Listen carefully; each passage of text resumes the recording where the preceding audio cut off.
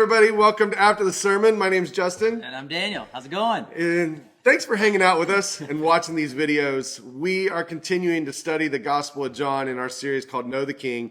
And then every Monday we jump on here and continue the conversation that was started on Sunday morning. This Sunday, I preached on John chapter 15, which is my favorite chapter in the entire Bible. I called it Jesus' secret sauce. I love that. I love that idea. Yeah, so it's Jesus' secret sauce, like the sauce that's on the Big Mac at McDonald's. It's a long story. Go back and listen to the sermon yesterday. Even if you try to make it, you probably wouldn't make it correct at You home, won't. right? It won't taste exactly the same. Yeah. So, but we want to continue this conversation about what it means to remain or abide in the person of Jesus. What does it mean to rest? And here's the thing. Rest in today's world, true rest, remaining in Jesus, is resistance against the paradigm that we have been given. We have been taught one way of living as human, and that is that we work, and then we fall flat on our face in exhaustion. Yeah, in fact, we're taught that our belonging, our worth, comes out of our productivity. Yes. Yeah, our value. We have to produce in this world. That's right. In our relationships. For you to like me, for you to stay in a relationship with me, I have to give something that's worth something that you would give your relationship back to me. That's right. And Jesus is offering us a new paradigm. Yeah. And that is to remain, to be, to rest, to abide. And then our fruitfulness, our productivity comes out of that remaining. Yep. So what we're not saying is that productivity is bad. Right. What we're not saying is that fruitfulness or responsibility is bad. Yes. It actually is good when it flows from resting in the person of Jesus. When it comes out of the overflow of God telling us already who we are. That's perfect. Naming our identity. That's right. Then we get to produce from something. It's going to feel so much better. Well, it's going to lead to life. Yeah. Yes. Exactly. We had a bunch of questions about this, so thank you for submitting questions. Yes. And keep doing that. We'll put the number in the description. Right, so if you have more questions about this, we'll try to answer them. Love them. So one of the things, the angle I want to take today is that one of the tools that you and I use and our staff uses is the Enneagram. Yeah. And if you are a critic of the Enneagram, that's okay. Hang with us. I really think that the Enneagram can help us understand our relationship with God and also can inform us on how we can best rest and experience rest and remaining in Jesus. Mm-hmm. And so we use this. What's your Enneagram number? I mean, most days I'm an Enneagram 1. I love that. Most days I'm an Enneagram 8. But I'm not actually that number. It's just. How would you describe that? To me, it's the mask. It's the thing. The beauty of the Enneagram, which I used to think it was like a personality test. You get to check a little box and have a little badge. I am a 1. Yeah. Yes. It's actually a little more sad than that sometimes. It's actually the thing that I use to survive. It's not the thing that God created me to be originally. I call it my shadowed self. Yeah. It is my shadowed self. We put on this jacket, and now I look cool in this jacket, but the jacket's not me. Yes. Yeah, so let's run through these very quickly. So the Enneagram 1 is you are the reformer. Yeah. I call it the perfectionist. Yeah. You like to have things just right. Would you describe it that way? Yeah, and there's this big sense of justice, and everyone must follow the rules. Yes. The Enneagram 2 is the helper. Yeah. And so you are loved because you help. And man, did they help. I mean, they're the people that if you say, I'm moving my house, can you come over? They'll stay all day, and all you have to do is pay them in pizza. That's right. A 3 is all about producing. Yes. Creating things. They get work done. They sure do. And they're going to be the people that have all the little initials after their name. They are. That's right. The 4 is the individualist, super unique. Yes. Kind of the wallflower. Usually artists.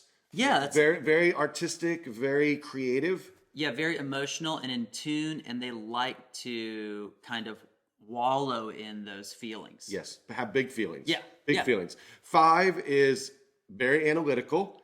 They know the facts. Yep. They can be a little bit withdrawn until they know all the facts, but then they're going to tell you the facts. Yeah, they're the type of people I feel like ingest a lot of books and knowledge, so they can store a lot of things in their head. Yes.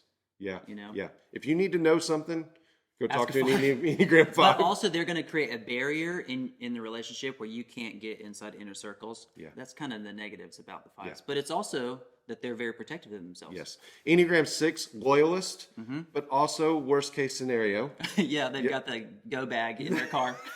Yes. Yeah. They're always watching. The world is going to come to an end at some point. But they're steady. They're very very, steady. very steady. Yes. 7s are kind of the Peter Pan. They that's love right. to have fun, love to create opportunities in the future, always looking for that next experience. And man, those are the people who I heard a story one time about a 7. They had went to college and got 7 different minors, and then got out and got a job doing nothing, and they couldn't stick to one job because they just wanted to The new consume experience. all the new information and all the new. There's so many things unexplored in the world. That's a 7. Yeah. 8s are the justice fighter, love to be in control of things. If you are putting your thumb on somebody, the 8 is going to rise up and puff up. They're good defenders. They are. People that are kind of pushed down. Yeah, they also get stuff done, and but they can also be a little overbearing, a little much sometimes. Yep. I can say that I'm an 8. Yeah. And then Enneagram 9s are the peacekeepers, and Good they distinction there. they're the peacekeepers, very chill, but there is an underlying anger that is bubbling under the surface of a 9. Yeah. They want the water to stay perfectly calm, and anybody who messes that up, they'll kind of suck away from that. Yeah, I envy 9s. I wish that I could just walk in the world and be like, everything's cool, everything's fine, until it's not. So all right, there we go. We walked through all 9. That was like 20,000 foot. Okay, you can learn more by taking tests. They're all over the internet. But here's what I guess I'm wondering is, when you look at each one of those numbers, how can they best rest and remain in Jesus? Because each one of those people are super unique. Yeah. So if we say, all right, everybody needs to do this, that may be cool for the 7, but it may not work for the 4. Yeah.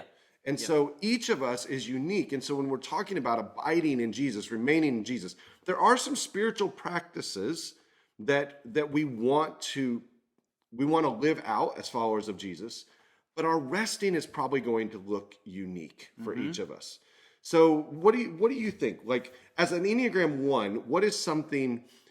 Talk me through about your experience as a 1, the mask, the shadowed side of yourself, and what's the best way that you could rest that pushes back on that mask? Yeah. So what we want to do in this, and I don't think we have time to walk through all of the Enneagram numbers here. Yeah. But we need to show an example. And what we're trying to do using the Enneagram is show that the natural thing that I want to do is not normally the thing that helps me rest. That's good. Okay, so if I naturally, as an Enneagram 1, think, what would I do? Well, then I would go to my computer and buy the best calendar app and the productivity app and have everything organized. My calendar is perfectly, there's no overlaps. It's just so controlled, right? If I lean into that, I don't actually get rest. It's like I feed the beast. Yes. You just keep feeding. Yes, that's So I great. need to push. I need to resist that. I need to speak something and do something in my life that pushes against that resists the urge to be that's rest is resistance. Yeah. Walter Bergman says Sabbath is resistance. Oh, it's good. That's what we're talking about when we're talking about resting and remaining, is Sabbathing, taking a break from feeling like my worth and my value are determined by my productivity. Yep. That's what rest is. I'm going to stop for a time, however long that time is, doing the thing that I feel like I'm loved for because I'm producing it. Yeah. I'm producing this, and then therefore everybody applauds me. Everybody affirms me. Yep. Right? So as a 1, what is the thing? Give us an example of a thing that you do that is resistance to that mask to help you rest. Well, if I could do this more is really what it is. Yeah. Because I naturally don't want to do things like this. But I think if I could break, and we have to, and you're going to encourage us, can we have a different imagination for what this resistance can be? One example for a 1 like me could be in between meetings, in between doing things, in between calendars, I need to unplug. I need to put the devices down. My counselor would even say, take off my shoes and socks and walk in the grass. Like, experience the moment without the need for planning the next 3 moments. Yeah.